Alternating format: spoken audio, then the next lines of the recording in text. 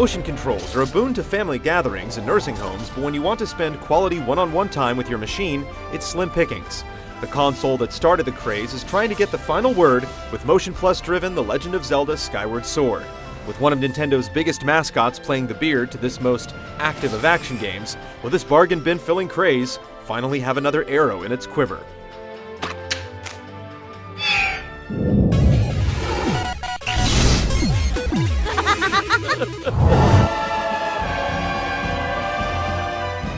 As the prequel to Ocarina of Time, Skyward Sword presents an origin to one of the more convoluted story canons in the medium.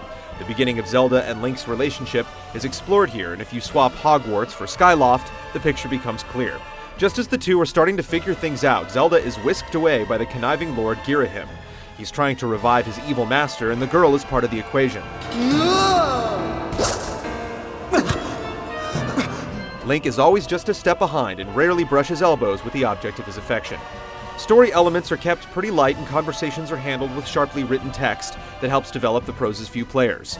It seems no matter what point in time these games take place, the story always remains the same, and with few side quests to flesh out the universe, it can sometimes feel like going through the motions.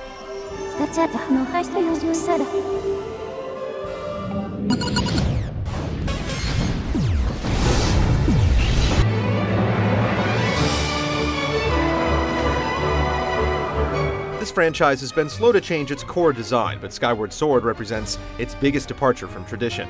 The closest thing you get to an overworld is an expansive sky that you soar around, looking for holes in the clouds that lead to the dungeons below.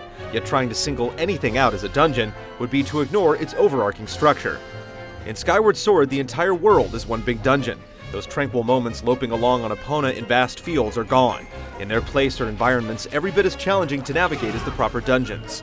Things can get tricky, and like most Zelda games, you're given a sidekick to help. This time you get a cross between Navi, Cortana, and Tinkerbell named Fi. A champion of stating the obvious, she's not particularly helpful. The weapons and items in Skyward Sword are plentiful, and now you can collect bugs and other elements to upgrade them. Completely optional, you can finish the game with your default gear, and having to travel back to Skyloft every time you want to boost something doesn't provide much incentive.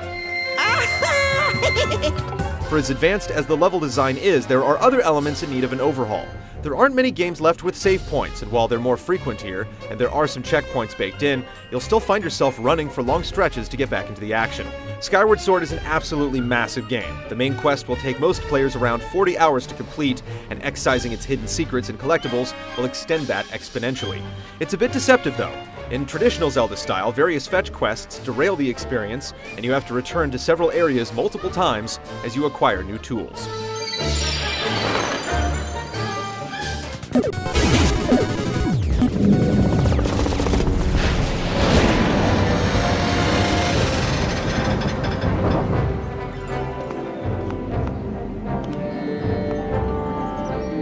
Though it does its best to camouflage it with item collection, Zelda's gameplay is essentially about getting from point A to point B using the items you're given. It's all the stuff in between that sets the franchise apart. Skyward Sword stumbles out of the blocks with some of the game's most uninteresting and confusing dungeon design. At about the halfway point, things start heating up, and it's a steady climb from there.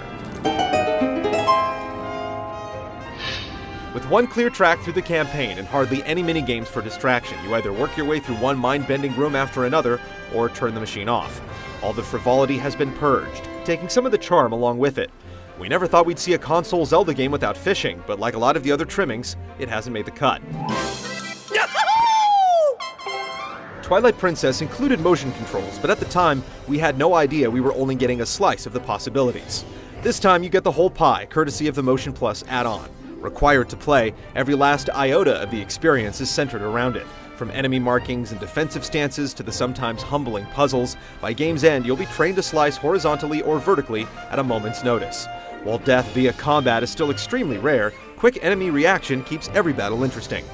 The weapons and gadgets are a mix of old and new, but even the classics feel fresh with the accuracy of Motion Plus. You get old standbys like the slingshot and bombs, while the additions are up to spec. The Beetle is our absolute favorite because of its versatility. It can be used to scout, cut wires, and bomb targets. also a fan of the leaf blower dubbed Gust Bellows, if only to play around with the game's surprisingly realistic physics.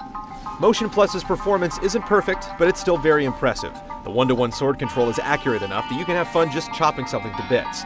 Tilting and pointing respond just as well, and with the exception of the bombs, playing with the toys in Zelda's sandbox is better than ever. While you're organically trained to master each one, the plentiful boss fights act as memorable midterm exams. Skyward Sword can feel a little creaky when it comes to long-distance traversal. With no warp system, you'll have to pop out to the sky and then back into the level to select a new location. Within dungeons, you're given waypoint markers to help guide the way, but they're only roughly effective. To help with the multitude of items and locations to track down, you're given dowsing abilities. It's boring, too vague, and a much bigger part of the gameplay than it should be. The addition of the sprint should help alleviate slow travel, but it's muted by a stamina meter. You can see shades of Nintendo's biggest franchises all over Skyward Sword. There are hints of Metroid, Super Mario Sunshine, and the entirety of Wii Sports Resort. Yet when compared to prior Zelda games, the overall variety is lacking. In return, you're rewarded with some of the best dungeons in series history.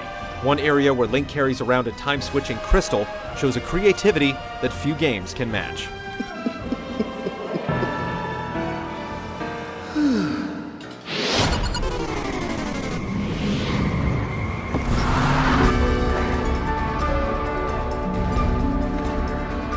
The Wii had the cards stacked against it when it was released, and it's safe to say after playing Skyward Sword that its potential has been completely tapped. No stronger than Twilight Princess from a technical perspective, the super saturated watercolor motif is gorgeous one moment and garish the next. The environments are barren and the lone town has less than 20 citizens. Despite Nintendo's best effort to sand down the seams, it looks like an old game. Moments of wonder can often transcend muscle power, and this game has its share. While the harp is a total bust from a gameplay perspective, learning new songs with Fi is absolutely sparkling.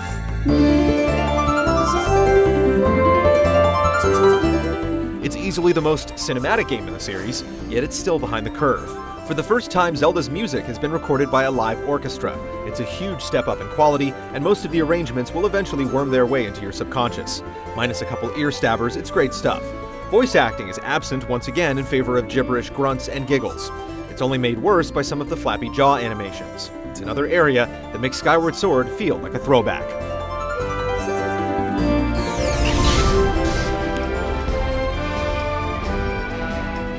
It's Zelda's 25th anniversary, and Skyward Sword represents its first gray hairs. Games have evolved so much in the last half-decade that it's hard to grant exceptions, yet its foundation is so strong that it could be built out of wireframes and still be compelling. Stripped bare of accessories, its all-business approach will thrill some and frustrate others. Less whimsical and more weighty, it proves that clever level design and tight gameplay trump all. And perhaps most importantly, that motion gaming can truly be for everyone.